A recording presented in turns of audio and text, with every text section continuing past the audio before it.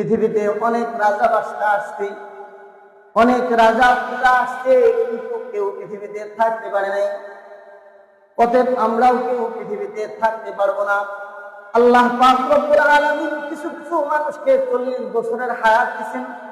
সে ব্যক্তি 40 বছর বাঁচার পরে আবার আল্লাহ তাআলার ডাকে সাড়া দিয়া তাকে আল্লাহ তাআলার কাছে যাইতে হবে। কিছু কিছু মানুষকে আল্লাহ তাআলা 20 বছরের হায়াত দিয়েছেন। 20 বছর শেষ হয়ে গেলে পৃথিবীতে থাকার আর কোনো সুযোগ তার নাই। কিছু কিছু মানুষকে আল্লাহ তাআলা 2 দিনের হায়াত দিয়ে পৃথিবীতে পাঠায়, যার কারণে মায়ের পেট থেকে পৃথিবীতে আসার পরে 2 দিনের বেশি সে বাঁচতে পারে না।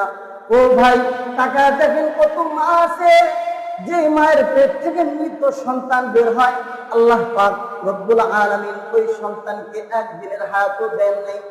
1 দিনের হায়াত না পাওয়ার কারণে ওই সন্তানটা মায়ের পেট থেকে মৃত বের হয়, জীবিত বাইর হইতে পারে না। আল্লাহ পাক রব্বুল আলামিন আপনাকে আমাকে বুঝাইতে চায়, বান্দা আমি তোমাকে যতটুকু সময় নির্ধারণ করে দিয়েছি, যতটুকু হায়াত আমি তোমাকে দিয়েছি, ওই হায়াতের বেশি তুমি পৃথিবীতে থাকতে পারবে না।